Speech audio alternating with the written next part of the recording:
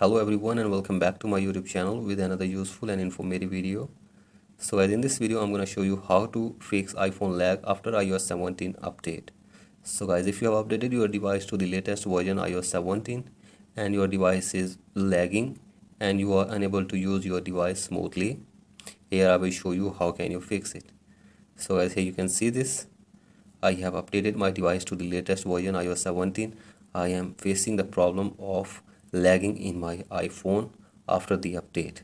So if you are also facing this problem, then follow this video. So first of all, open settings in your device, and from here tap on general. From here scroll it below and tap on VPN and device management, and from here turn off the VPN if there is any connected VPN in this device.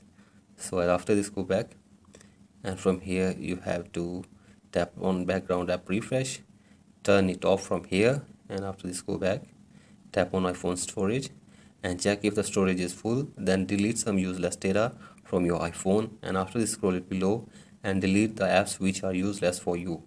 So as delete some data and then delete some useless apps in your device, and after this go back to your home screen and force restart your device for one time. So I simply press and release the volume up button and then down, and keep holding the power button until your device force restarts.